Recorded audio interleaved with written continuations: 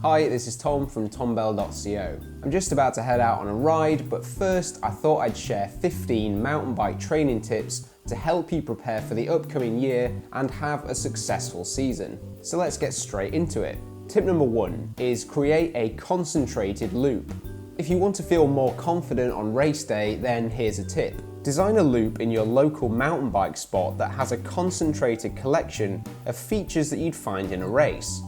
Include a few corners or berms, a steep climb, and perhaps a rocky or rooty descent. You can then ride loops to dial in the sensation of riding fast on this terrain, which will really help prepare you for off-road racing when the season comes around. Number 2 is work on specific pedaling. What specific pedaling, you might ask? Well, pedaling dynamics are very different from discipline to discipline, i.e. road cycling to mountain biking. Mountain bikers produce power in a low cadence, high force fashion when riding off-road. On the road though, most of the pedaling time will be at higher cadences, whether that's high or low force, i.e. coasting in the bunch or hitting a climb. This places unique demands on the muscles of mountain bike racers and therefore needs to be trained adequately. You can work on this in dedicated mountain bike rides or just knock a few gears down on some of your road rides. So number 3 is vary your training. Making sure you have a multitude of different sessions in your arsenal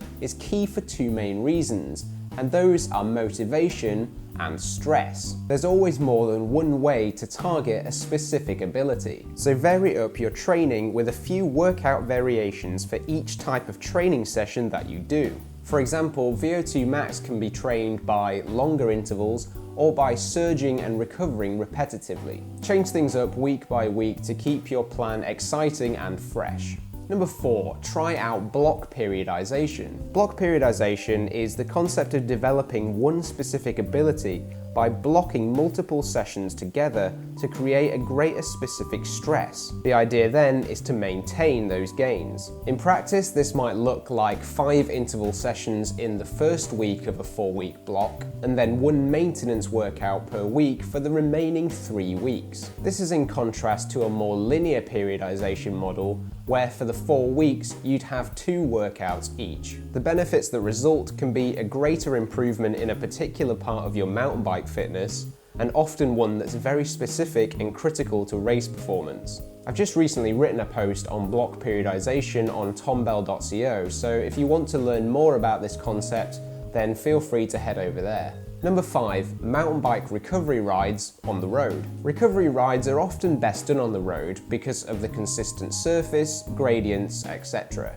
Try getting more time on your mountain bike simply by riding it on the road for an hour or so on a recovery ride. This gets you used to pedaling in the exact position you'd race in, optimizing your muscles and conditioning your body to your mountain bike's geometry. You can also test that the gears, brakes, and those kinds of things are working before you actually race. Number 6 is practice your race starts. If you've ever got a bad start in a mountain bike race, then you'll know how frustrating and critical it can be. Even World Cup front row pros can miss their pedal, and it makes a big difference to where you enter the first section of single track when the course narrows down. Practice your starts throughout the build-up to the race season, starting stationary, clipping in, and then initiating a sprint. This will develop your muscle memory and your reaction times, so you'll know exactly where to put your foot on the pedal by the time your racing kicks off.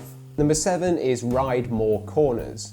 Getting better at cornering is what we call free speed. Free speed is where you have the ability to get faster without much extra effort, and cornering is certainly an area you can capitalize on. Practice things like your line choice, your entrance speed, your exit speed, and your body position, and work on riding a wide variety of turns and berms to dial in your technique. You should find you're more confident, faster, and can make up lots of time that you'd otherwise lose over the duration of a race. Number 8 is working on your vision and looking ahead. Another tactic to get free speed is to develop your ability to look ahead and scan the trail. This is something a lot of us know we should do, but don't actively practice. Try scheduling some specific technical skills rides on the mountain bike, and include some drills where you practice looking further ahead down the trail. Use your peripheral vision to alert yourself to obstacles within close proximity, and then use your central vision to assess what's further down the track. You'll be surprised how much faster you can go the more you practice. Number 9 is take advantage of pump tracks. Pump tracks are fun and as a bonus can teach you how to ride more smoothly when it comes to racing. This is because the whole idea of them is to gain and preserve momentum by moving the body efficiently. Try to find a local track and develop your ability to pump,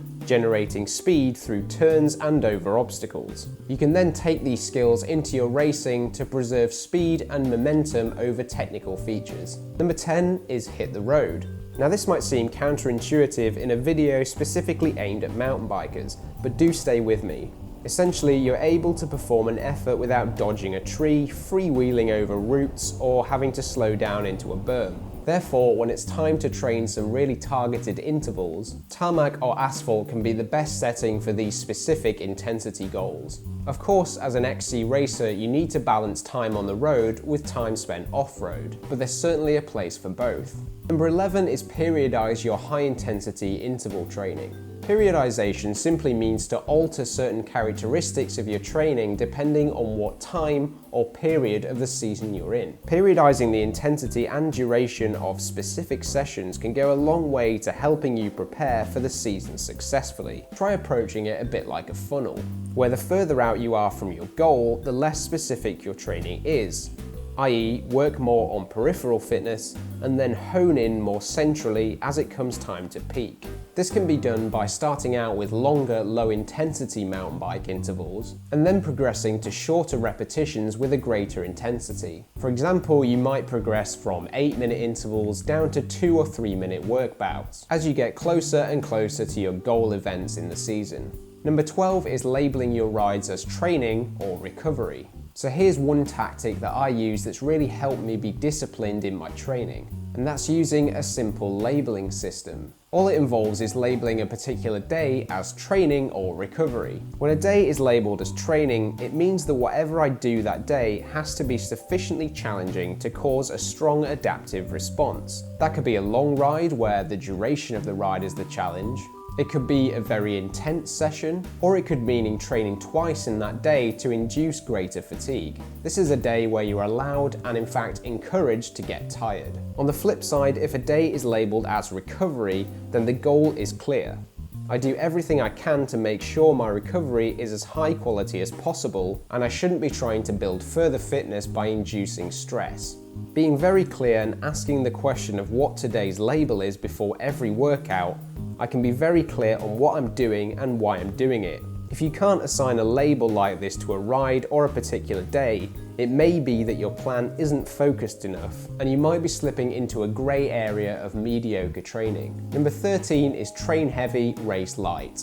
A tactic I've seen a few top XC racers use is to train on a bike that's far heavier than the one they race on. Obviously this can be a bit of a luxury, but even if you don't have two bikes, there are still ways around it. The idea is that when you hop on your race-ready setup on the day of competition, you feel agile, fast, and generally have a better mental experience. A lighter bike will mean you'll be climbing faster, able to maneuver the bike around more easily, and use less energy for a given task than you're used to in training. This can simply be done by adding heavier wheels to your race bike for training, where this greater rotational weight is easily the best way to add resistance. An even cheaper way of adding this extra resistance is to simply use heavier, more knobbly tyres. Number 14 is include sprint training. Sprinting is something which I and a lot of XC racers forget about, or at least don't do enough of in training. But it's to our detriment to not train this ability regularly. Mountain bike cross-country racing has been described as a series of sprints out of corners, and it's a huge advantage to be able to lay down a lot of power from a slow speed. In this vein then, try to work on some maximal sprints on both your road and your mountain bike rides, experimenting with low cadence and high cadence accelerations. Far from just improving your absolute maximum power, it'll also be effective training for teaching your muscles to overcome high levels of torque, which is something that's very specific to off-road riding and racing. So finally, number 15 is to ride multiple surfaces. Like the very first tip of creating a concentrated loop that's aimed to make you feel more confident on race day, ensuring you ride on a multitude of different surfaces is also key. I realised this after spending the year racing across Europe and coming into contact with a wide variety of different climates and types of dirt, and it's something I'm incorporating more into my training to the best of my ability. Making sure you know how to ride in everything from mud to sand to dry gravel will put you in a far better frame of mind come race day, as well as increase your speed and your competitive advantage too. Turning up the day of a race and trying to learn from scratch how to tackle an alien surface is far from ideal and can have a large negative effect on obviously your performance, but also your stress levels as well. So I hope those tips help you in your build up to next season. If you've got any specific questions regarding mountain bike training, please feel free to drop them in the comments section below this video. Thanks again, and I'll catch you on another video soon.